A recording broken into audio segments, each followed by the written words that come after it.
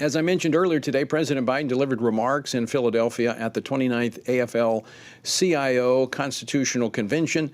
During his speech, the president acknowledged inflation is, quote, sapping the strength of a lot of families. But he went on to blame Republicans in Congress and others for keeping the American people from knowing the progress that he's made. I don't want to hear any more of these lies about reckless spending. We're changing people's lives. And because of the facts, this year, we're delivering the biggest drop in deficit in the history of the United States of America. Well, Mr. President, the numbers aren't lying. The policies of this administration are killing the economy, which is hurting American families. Joining me now is Dr. Dave Brat, Dean at Liberty University School of Business and a former member of Congress from Virginia. Dr. Brat, welcome back to the program. Great to be on with you, Tony. Thanks. All right, I've got to start with this one because they say it all the time. They're bringing the largest reduction in the deficit in American history. Well, that's only because in the previous couple of years we've had this this emergency COVID relief spending. So that's a no-brainer. No, I think he's just upset that what he calls the lies. He's just upset we're calling them out because the more the American people hear, I think his job approval on the economy is down to 20%. I mean, there's never been numbers like this on the approval rating for a president because there's never been numbers like this on the economy. Every single number is a disaster. And over the past 3 days on the stock market, it's all a sea of red. Go out to FinViz, FINVIZ.com, and you'll see their nice graphic every day they have. It's just a sea of red. Which is stock prices, but those stock prices represent earnings and profit statements coming out. And the real economy, the thing that really matters, is tanking along every variable under the sun, too, because the Fed now is having to take away the sugar high, the artificial pumping and creation of money. And then the federal government stimulus is also wearing off. So he calls that a budget cut, but it's the Democrat strategy. And I'm sure we'll unpack this going on here. All right, so Dave, the market now officially in a bear market, kind of going into hibernation. We have interest rates probably going to be raised this week, could be 0.75%. We have inflation. I mean, is there any good economic news? Not really. The only good news in capitalism is called, this is a kind of a upside down teaching, but bankruptcy. The American voter is responsible for all this. They have elected the people who have put them $30 trillion in debt, and politicians who rehire the head of the Fed 3 weeks ago that just put us in the ditch with 9% inflation minimum. Eating away 10% of your income every year, plus the stock market, you just lost 20% of your retirement.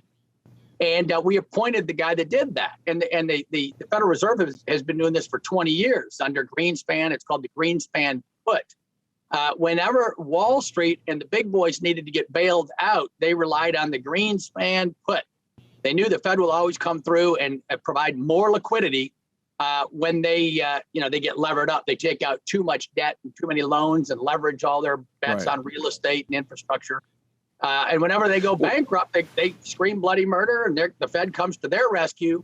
But now it's all going to be put on the backs of the middle class. The Fed is targeting probably 5% inflation as their strategy now to pay down the debt. And that's a new one out there, but that's been around with this new monetary theory stuff they're proposing. So as we unpack this, they walk this economic tightrope, trying to keep inflation down, but interest rates low and all of that. Was it the COVID stimulus spending, this socialistic spending that really tipped this over the edge?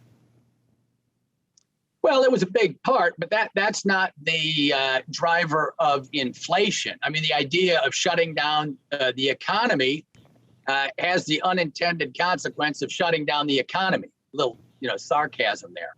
So obviously that policy is not good for the economy. But as Milton Friedman said, inflation is always and everywhere a monetary phenomenon. So the Feds can do whatever they want. You can have wars, oil shocks in the Middle East like we did in the 70s, the early 80s, et cetera. None of that causes inflation unless the Federal Reserve accommodates it with more money. So all those things are happening in the world. That's all. There's no question about that. But if you only have a $100 bill, right, that's all you have, and the price of basketballs goes up over here and you want to buy them, well, then you got to buy less of something else over here, or the prices have to go down over here. And so, if you have a stable money supply, you can't play all these games. But unfortunately, the Fed has added $9 trillion of funny money that accommodated the wars, et cetera. And I'll just throw in one other little lesson here. It's called moral hazard, unintended effects. So the Fed has had 0% interest rate policy for the last 10 years, right? So that's not debatable. That's what's going on. And we have 30 trillion in debt. So we haven't had to make any debt payments, right? If you do 10% of 30 trillion, that's 3 trillion a year. That's the size of the US budget, period. And so what's the lesson there? Well, the Fed has shielded us from having to see the true price, the interest payments, which is the price of borrowing money on that 30 trillion in debt, has been hidden from the voters. Now the voters are going to see very clearly the cost of that debt, and they're going to be horrified. And then you might put some restraints on spending. So the Fed, there's all sorts of unintended effects that we're going to now see because when the bull market comes to an end and the bubble pops, all of a sudden the news becomes apparent for everyone to see.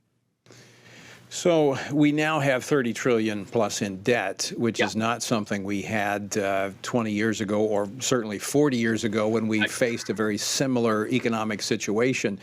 How does the government pay its interest on the money that it's borrowed? Well, right. I mean, so that's why their new strategy, the way to pay for it is to run inflation, because inflation eats away at the value of your dollars in your pocketbook. So they're going to run 5% inflation going forward as a way of paying down the debt. And that 5% year after year after year will chew away at that 30 trillion in debt, right? It's just like earning interest on the upside. But so they're going to pay off the debt with the same principle. But again, the winners are all the oligarchs that have benefited because they can invest in private equity and these $100 million deals and real estate assets and islands and overseas stuff. And there's always money to be made. But you and I don't have access to any of that. And the Fed bails them out. And now the middle class is going to pay as usual. And if it really gets bad, if sovereign debt, which is U.S. debt, goes bad, then they're going to have to start eating away at the promises they've made to you on the debt side and on your Medicare, Social Security, all that. I mean, this is all of those political promises made, government programs expanded that are coming home to roost, and it as it always has been. There's no free lunch, and the American people are going to pay for it. Dr. Brat, we're out of time, but I want to return and have a conversation a little bit later about what do we do? What does the American family do about this? Anytime. All right, folks, stick with us. We're coming